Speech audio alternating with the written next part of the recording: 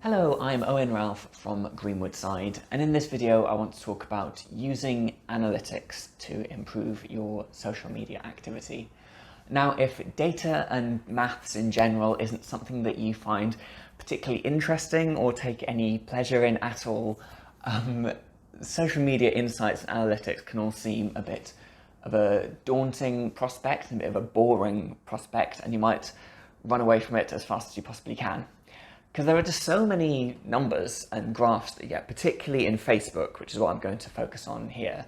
There are just pages and pages and pages of numbers and line graphs and things, and it can be quite hard to know where to start. And they don't really look like they mean much in isolation. And honestly, in isolation, they don't. And that is the important thing. So how are they useful then?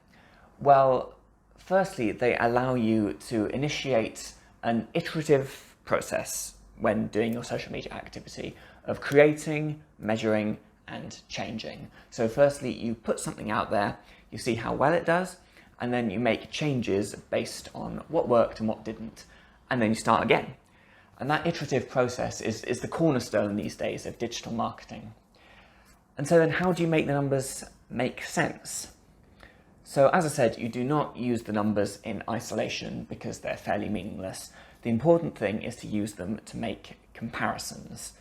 And you make comparisons across two dimensions, I'm going to say, space and time. Let me explain.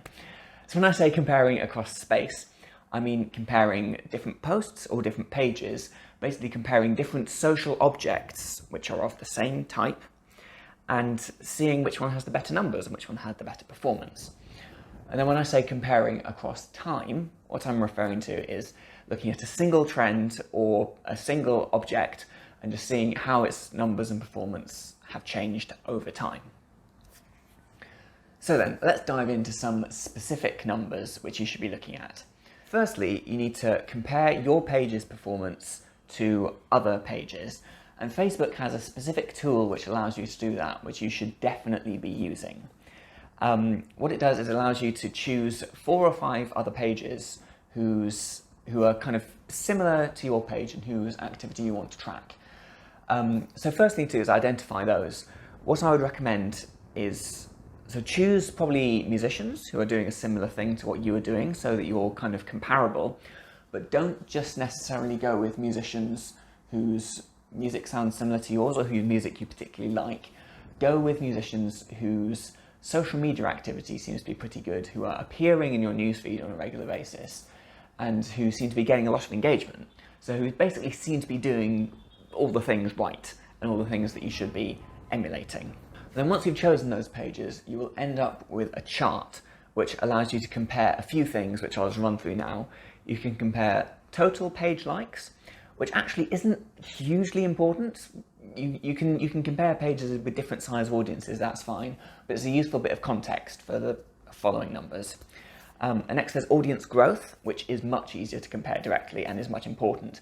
And this is the percentage increase. So you look at the total number of likes you had last week, you look at the total number of likes you have this week, and see what percentage of last week has increased from this week. And then you can see the number of times that the page has posted. And this will give you an idea of how often that you should be posting when you see how often other people are posting, but also how much engagement those posts are getting. And then finally, yes, it's engagement. How many times their posts have been reacted to or commented on or shared over the past week. So do start off by creating that chart and see how your activity compares to other people. And that will give you a sense of how well you're doing in the context of the broader market, and also how you might need to change. Second thing to look at, when it comes to posts on Facebook and on other channels, keep an eye on the reach of those posts. And you can find a chart for this just above that page comparison chart we were just talking about in the last tip. That's within the Facebook dashboard. So just to define a couple of terms that you're going to see in this kind of area. So reach is the number of unique people that a particular post or a particular page, whatever the context is, has reached in a given time frame. So it's the unique people. Impressions is another one which you might see in similar places, and I think Twitter tends to use impressions more than reach. as does Instagram, I believe. Impressions is the total number of times that your post has been seen by anyone, regardless of whether they've seen it before. So if a person sees your post twice, then that counts for 2 impressions, but only 1 person reached. That's the difference between those 2 numbers. Reach is more important than engagement, which is the other number that you'll see in that chart. And there are 2 reasons for this. Firstly, because a high reach normally tends to be influenced by a high engagement. So when you see an abnormally high reach, you can generally infer from that you've had a lot of engagement, and it kind of rolls it into one place rather than having to compare lots of different numbers. But secondly, because the reach tells you how many chances you've had to bring someone new into your audience. And really one of the core points of doing social media as an artist is to gain as many opportunities as you can to bring new people into your audience. So when you have a high reach, then you're clearly doing something right. You're clearly getting yourself out there as much as you possibly can. So keep an eye on the reach. Think about, for the good posts, what factors might have meant that they did well, and then look at the bad posts and think about what factors might have meant they did badly, and then try again in that iterative process and try and replicate the success of the ones that did well. So next, when it comes to videos, you can compare 3-second views and 1-minute views. Now initially it might seem irritating that Facebook's analytics splits out video views into 3-second views and 1-minute views rather than just giving you views. So you might just want that single number to know how many people have seen it. But that single number is counterintuitively problematic and doesn't really give the whole story. You might remember that there was a whole controversy a few years back about how Facebook was counting its views, and that presumably is the reason that you've now got these 2 different numbers. So to explain the point, the 3-second views are, what it says on the tin is the number of times your video has been viewed by anyone for at least 3 seconds. So anyone who's seen it for 3 seconds, 4 seconds, a minute, 4 minutes, 40 minutes, they will all count within your 3-second views.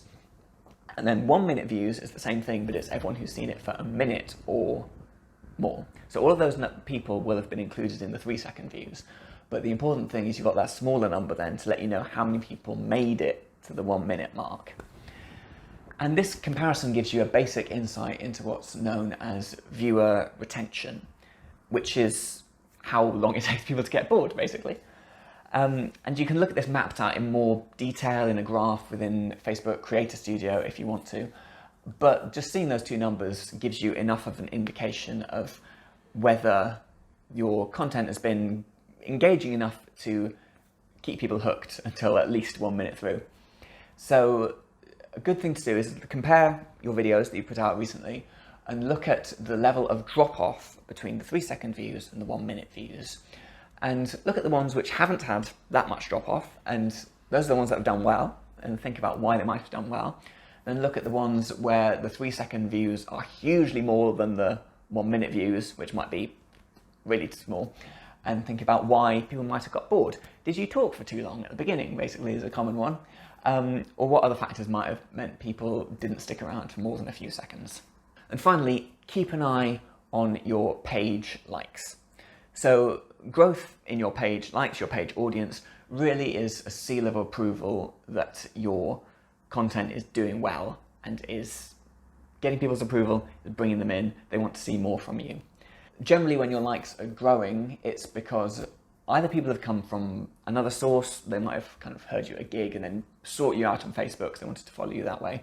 Or it might be that your content has been reaching them in their feed. It might have been liked by a friend and then they saw it and they enjoyed it and they wanted to see more. That's good. That is the whole point. That is the holy grail, that your audience grows that way.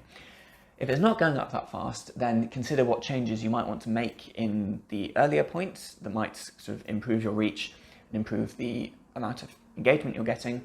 An alternative is you might want to run a paid audience growth campaign, which I've discussed in another video in this series, so I won't go into that now, but that might be something to consider if you don't think that your audience is really growing fast enough.